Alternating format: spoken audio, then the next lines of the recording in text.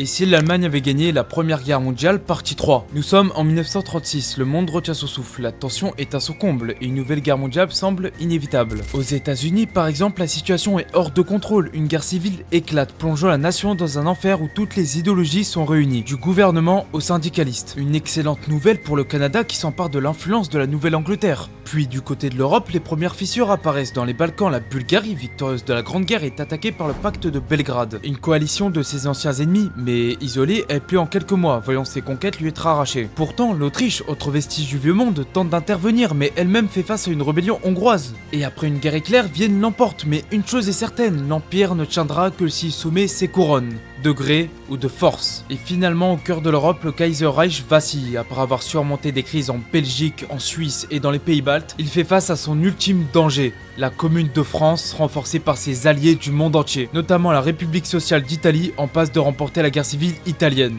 Bref, l'objectif est simple, reprendre l'Alsace-Lorraine. Mais pendant que l'Europe s'embrase, à l'autre bout du continent, l'Empire ottoman s'effondre, attaqué sur deux fronts par la Perse et le pacte du Caire. Il est aussi rongé par des révoltes internes. Acculé, il n'a d'autre choix que d'accepter l'impensable, la signature d'un traité qui marquera la fin d'une ère, celle d'un empire millénaire. Et finalement, dans son palais, Guillaume II, malade et inquiet, voit ses anciens alliés s'écrouler comme des châteaux de cartes. Il le sait, le monde est à l'aube d'un nouvel enfer. Alors, lorsque la France lui envoie un ultimatum, il refuse. Et ainsi débute la Seconde Weltkrieg.